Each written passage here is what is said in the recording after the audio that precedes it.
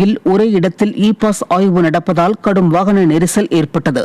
கொடைக்கானல் மற்றும் நீலகிரி வரும் சுற்றுலா பயணிகளின் வாகன எண்ணிக்கையை கட்டுப்படுத்த சுற்றுலா பயணிகளின் வாகனங்களுக்கு இ பாஸ் கட்டாயமாக்கப்பட்டுள்ளது. இந்த நிலையில் நாடுகாணி சோதனைச் சாவடியில் இ பாஸ் ஆய்வு, வாகனங்களுக்கு வரி வசூல் மற்றும் பிளாஸ்டிக் ஆய்வுகளை தனித்தனியாக ஆய்வு செய்து வருவதால் போக்குவரத்து நெரிசல் ஏற்படுவதோடு சுற்றுலா பயணிகள் மிகவும் மன உளைச்சலுக்கு ஆளாகி வருகின்றனர். மாவட்ட நிர்வாகம் போதிய ஊழியர்களை நியமிக்காததே போக்குவரத்து நெரிசல் ஏற்படுவதற்கு காரணம் என வாகன ஓட்டிகள் குற்றம் சாட்டினர். நாகை அருகே அதிமுக நிர்வாகியின் வீடு மின்கசிவால் பாதிக்கப்பட்ட நிலையில் அவரை சந்தித்த முன்னாள் அமைச்சர் OS மணியன் ஆறுதல் தெரிவித்து நிதி உதவி வழங்கினர். மஞ்சக்கொள்ளை கண்ணார தெருவை சேர்ந்த கழக நிர்வாகி பவித்ரனின் வீட்டில் மின்கசிவு ஏற்பட்டு 3 லட்சம் ரூபாய் மதிப்புள்ள பொருட்கள் சேதமடைந்தது. தகவலின் பேரில் அவரது வீட்டை பார்வையிட்ட அதிமுக சட்டமன்ற உறுப்பினரும் மாவட்ட செயலாளருமான OS மணியன் அவருக்கு ஆறுதல் தெரிவித்து நிதி உதவி வழங்கினர். இந்நிகழ்வின் போது கழக செய்தி தொடர்பாளர் வழக்கறிஞர் பாபு முருகவேல் உள்ளிட்ட நிர்வாகிகள் உடனிருந்தனர்.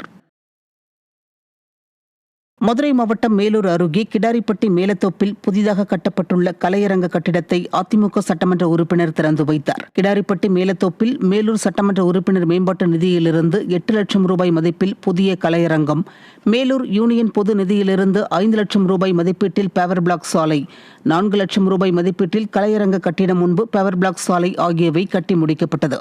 அவற்றை அதிமுக சட்டமன்ற உறுப்பினர் பெரிய புல்லான் ரிப்பன் வெட்டி திறந்து வைத்தார். இந்த நிகழ்ச்சியில் கழக நிர்வாகிகள், பொதுமக்கள் பலர் கலந்து கொண்டனர். திண்டுக்கல் மற்றும் சுற்றுவட்டார பகுதிகளில் பெய்த மழை காரணமாக வீடுகளை மழைநீர் சூழ்ந்ததால் குடியிருப்பு வாசிகள் இன்னலுக்கு ஆளாகினர்.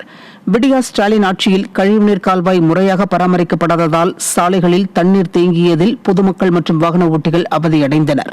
விளம்பரத்தில் மட்டும் கவனம் செலுத்தும் ஸ்டாலின் அரசு மக்களையும் உற்றுநோக்க வேண்டுமென சமூக ஆர்வலர்கள் விமர்சித்திருக்கின்றனர். திருப்பூர் மாவட்டம் அவிநாசி மற்றும் அதன் சுற்றுவட்டார பகுதிகளில் பெய்த மழை காரணமாக பொதுமக்கள் அவதியடைந்தனர்.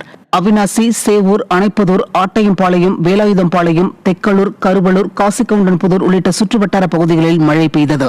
திடீரென பெய்த மழையால் பொதுமக்களின் இயல்பு வாழ்க்கை பாதிக்கப்பட்டது. விருதுநகர் மாவட்டம் ஸ்ரீவில்லிபுத்தூரில் கோடை வெப்பம் வாட்டிய நிலையில் திடீர் கனமழை காரணமாக குளிர்ச்சியான சூழல் நிலவியது. வன்னியம்பட்டி, மம்சாபுரம், கிருஷ்ணன் கோவில் உள்ளிட்ட பகுதிகளில் இடி மின்னலுடன் கூடிய மழை பெய்ததால் சாலைகளில் வெள்ளம் பெருக்கெடுத்தது.